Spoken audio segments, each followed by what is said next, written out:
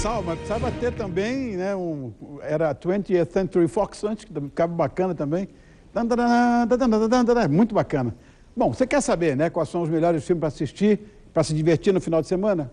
Quem responde é o nosso colaborador, esse brilhante crítico de cinema, nosso amigo pessoal, Christian Peterman, que aqui está. Boa noite. Boa noite, querido. Tudo bom? Tudo bem, e você? Tudo na mesma rotina de sempre, digamos assim. Adoro tuas camisetas, você sabe disso, né? Volta e meia tem uma coisa diferente. Os pinguins... Essa é bem espirituosa aí. Avante! Os pinguins indo para a pista de dança. Bom, Cristian, nós vamos ver agora primeiro uma matéria que a produção preparou. Certo. Sobre um festival de cinema muito especial que está acontecendo aqui em São Paulo. Inclusive, eu acho que é uma ótima dica para o fim de semana. Sem dúvida nenhuma. Essa é a 5ª jornada de cinema silencioso, que é muito legal. Vamos ver? Então roda.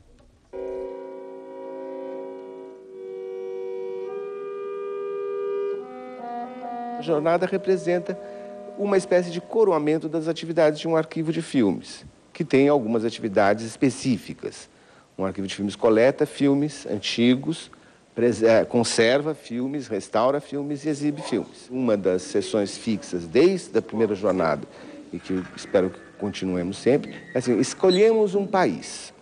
A gente já escolheu a França, já teve a Alemanha, já teve o Japão, o ano passado foi a Suécia e esse ano a gente escolheu a Itália.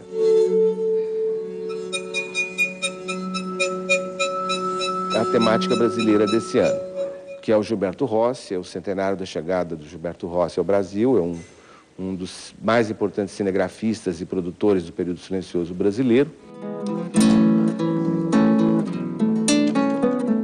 A gente atualiza muito o espetáculo cinematográfico com a apresentação de grupos musicais ou de solistas musicais modernos. A ideia, inclusive, do acompanhamento musical moderno faz parte da concepção da própria jornada. Na primeira jornada, por exemplo, a gente teve DJs acompanhando filmes pernambucanos dos anos 20. A escolha dos músicos aqui, elas seguem 2 linhas. Uma é o que tem a ver com o estilo do filme, então aí eu escolho por proximidade, quer dizer, aquele músico tem a ver com aquele tipo de filme. E por distância também. Eu escolho, aquele músico não tem nada a ver com o estilo daquele filme, daí podem acontecer coisas interessantes. E isso é o que deu esses anos todos na jornada uma dinâmica muito forte musical e com as imagens. Eu começo o trabalho com os filmes, para musicar os filmes, ou seja, tocar junto com os filmes, assistindo.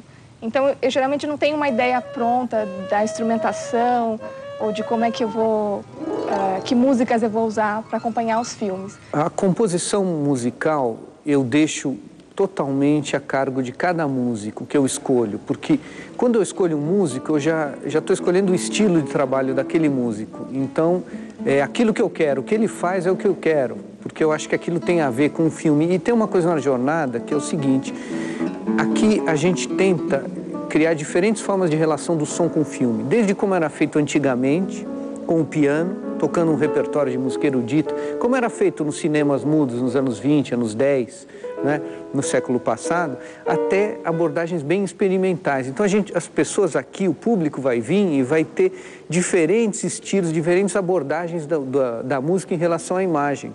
Desde uma coisa bem junto com a imagem, bem criando o clima, bem ilustrando a imagem, até uma coisa totalmente contra a imagem, que cria uma crítica da imagem, um diálogo diferente, um contraponto. É um processo bastante interessante, bastante estimulante, porque os filmes são muito bonitos e isso com certeza atiça, né, estimula a criatividade da gente das mais diversas formas. Nesse caso, como era um filme, um filme que se chama Fauno, que fala um pouco de um momento de sonho, um momento meio onírico, eu resolvi dessa vez trabalhar um pouco com o piano preparado, que é o piano quando você coloca alguns objetos dentro, para tentar criar essa atmosfera fantástica de algo irreal. A jornada esse ano conta com músicos muito representativos. A gente tem, por exemplo, você vê a diversidade de ritmos e de estilos. A gente tem o Max de Castro, inclusive, que vai tocar no domingo aqui, que é um músico do samba rock ligado à música popular, mas que tem uma escola de trilha sonora muito interessante, é um estilo. Esse ano a gente tem diferentes abordagens, como todo ano, mas trazendo mais uma coisa mais popular.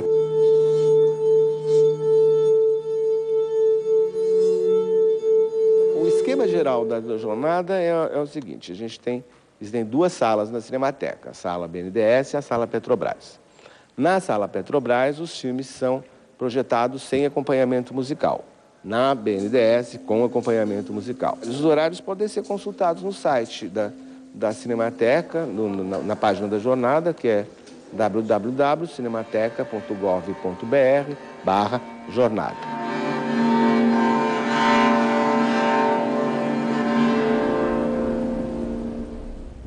Vou só repetir para quem quiser mais informações e horários, claro. Acesse lá o site da Cinemateca, que é www.cinemateca.com.br. Achei muito interessante os instrumentos. É extremamente interessante esse casamento do filme antigo com uma sonoridade repaginada, moderna, como foi falado. E uma coisa que eu fiquei pensando, você falou do quadro do Kandinsky, os filmes são contemporâneos ao começo de carreira do Kandinsky, etc.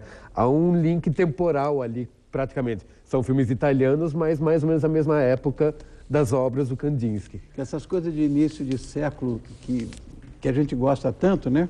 Do cinema mudo, em que você via um pianinho. Agora você tem harpa, calimba, orquestra. Uma variedade sonora que explora, de repente, o conteúdo da história de uma outra forma. Assim. Sensacional. Aí a jornada é muito interessante. Para quem gosta de espetáculo mudo e espetáculo com essa parte audiovisual tão enriquecida com música ao vivo, é realmente imperdível. Até dia 14 de agosto.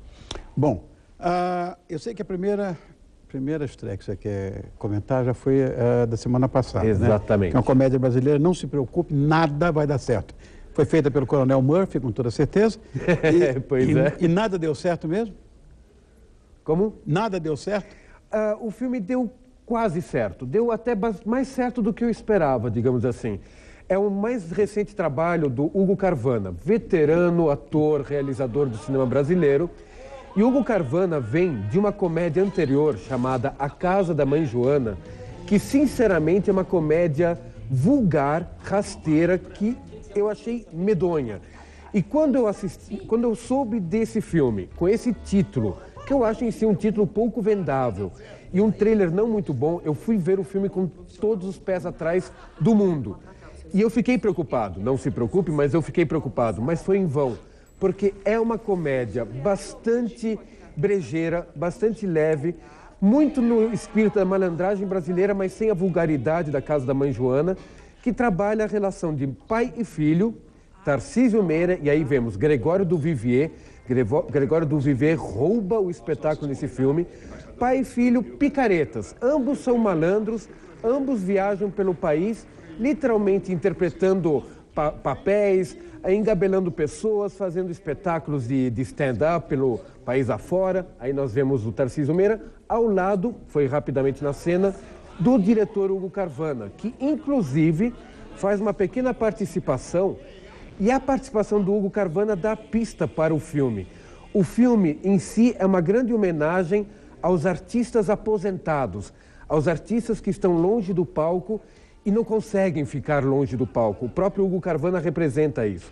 Então é um filme que, longe da vulgaridade das chanchadas recentes que o cinema brasileiro tem apresentado, é um filme que tem sensualidade, tem brejeirice, tem seus palavrões, tem sua malandragem radical, mas é um filme carinhoso com os personagens. É um filme que trabalha com os artistas ambulantes e é um assunto interessante levado com leveza de espírito. Eu fiquei surpreendido.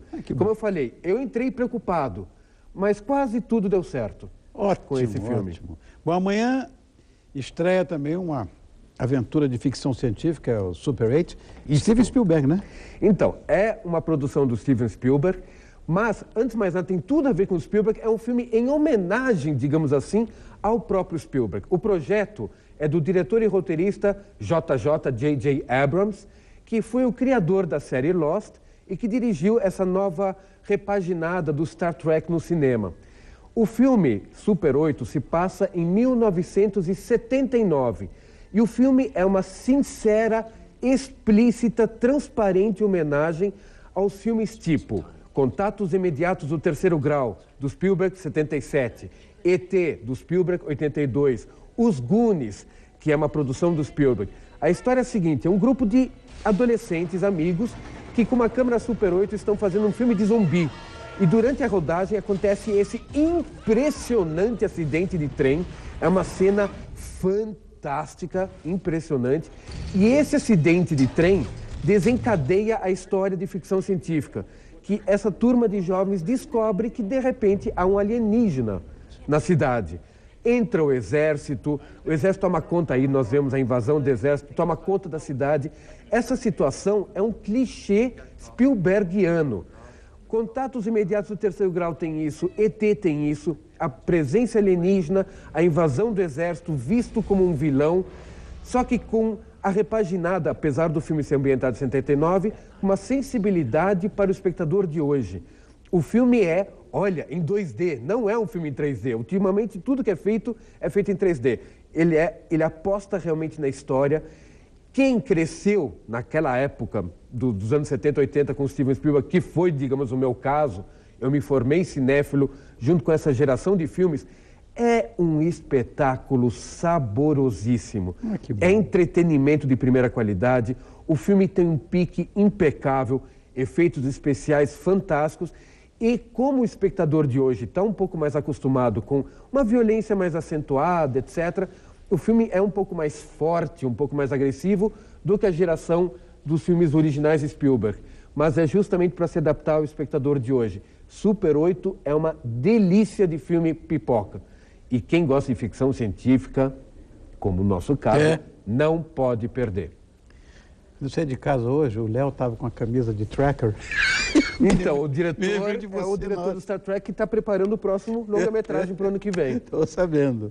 Bom, outra estreia de amanhã é um mundo fantástico, mundo né? fantástico. Que é o Dylan Dog e as Criaturas da Noite, é isso? Exatamente. Aí é, vamos dizer, uma produção menos conhecida. O Dylan Dog é um protagonista, é um detetive da área sobrenatural que é protagonista de uma série muito conhecida de quadrinhos na Europa, da autoria de Tiziano Sclavi. É uma série italiana, conhecida na Europa, pouco conhecida nos Estados Unidos, mas esta é uma produção norte-americana que leva uma situação que foi ambientada originalmente em Veneza para Nova Orleans.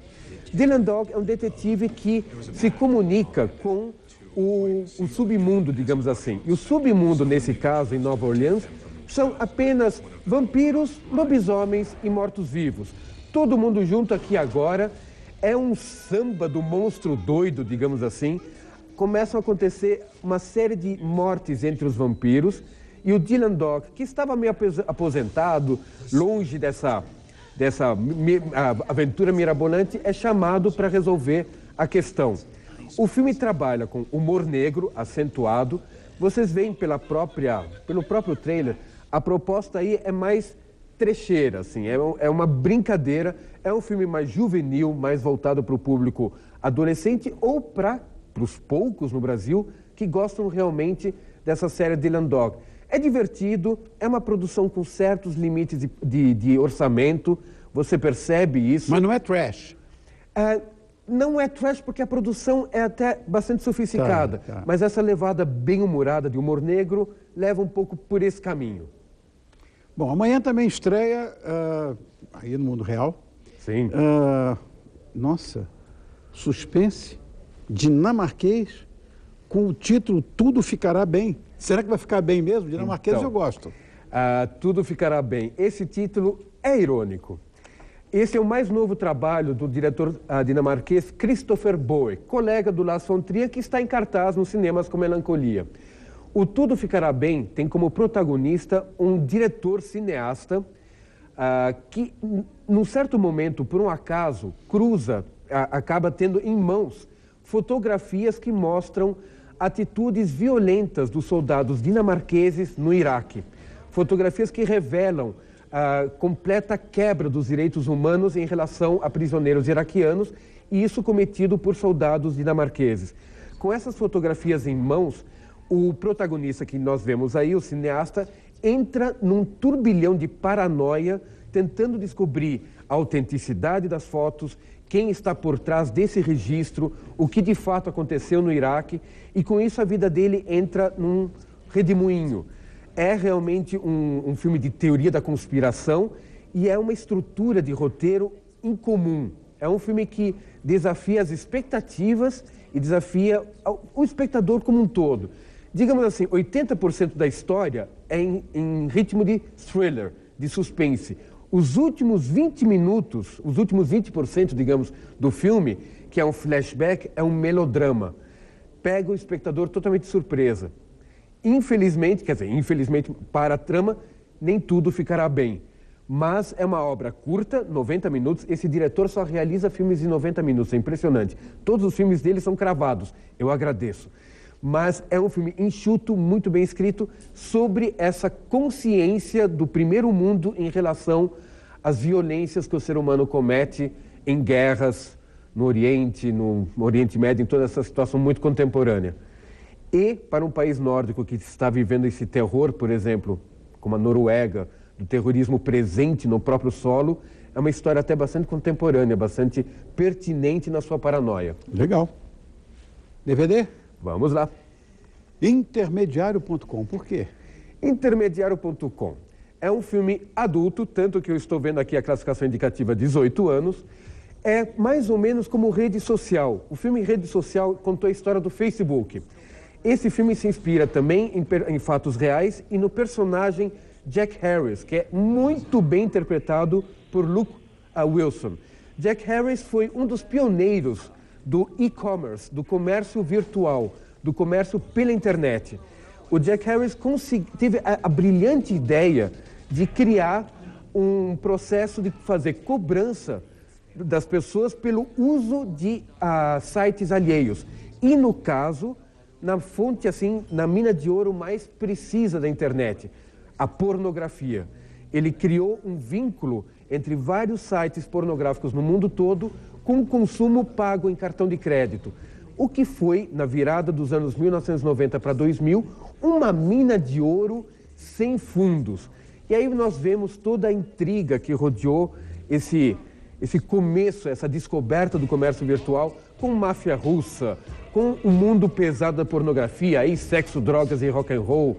É um filme narrado pelo personagem, aí vemos, do Luke Wilson, também com muito senso de humor.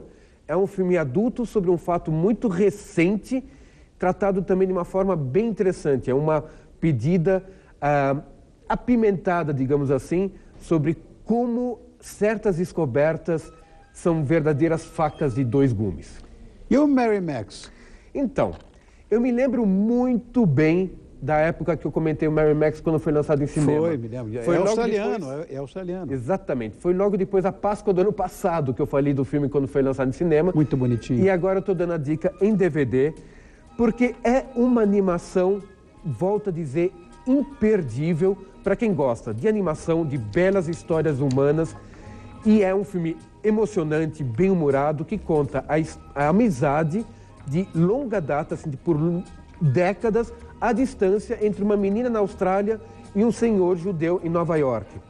Nós vemos aí pela tomada que o que vem de Nova York é em preto e branco, o que vem da Austrália é em tom sépia, marrom, mas é um filme gracioso, agridoce, as situações são bem-humoradas, mas ao mesmo tempo um tanto tristes, melancólicas, porque trabalha com dois personagens solitários.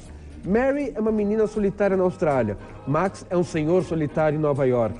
E por cartas e por muito tempo, eles trocam suas experiências de vida, amadurecem, e o espectador é envolvido por essa animação em massinha impecável, não prima pela beleza, os bonecos não são bonitos, mas isso faz parte do charme da produção. Ótima trilha sonora do Penguin Cafe Orchestra, um grupo de coração também, e é sempre bom ressaltar.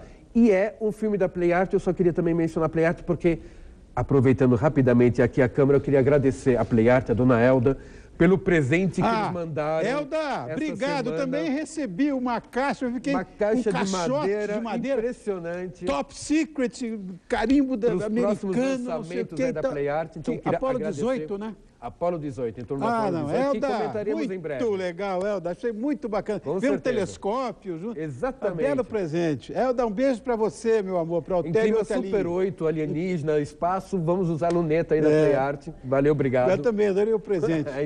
É isso. Beijo, Elda, beijo a você, pro Otelo, pro Otelinho, e um beijo para você também, meu irmãozinho. Meu querido amigo Christian Petermann, como você sabe, e escreve na Rolling Stone, ele escreve na Folha de São Paulo, porém, vou deixar que ele fale, quinta-feira eu sou sempre todo seu e adorando ficção científica, vai ver Super 8, vale a pena. estaremos Beleza? lá. Ok, combinado então. Até quinta? Até quinta, claro. Então lá. Chegou agora o momento da gente, acho que é o momento mais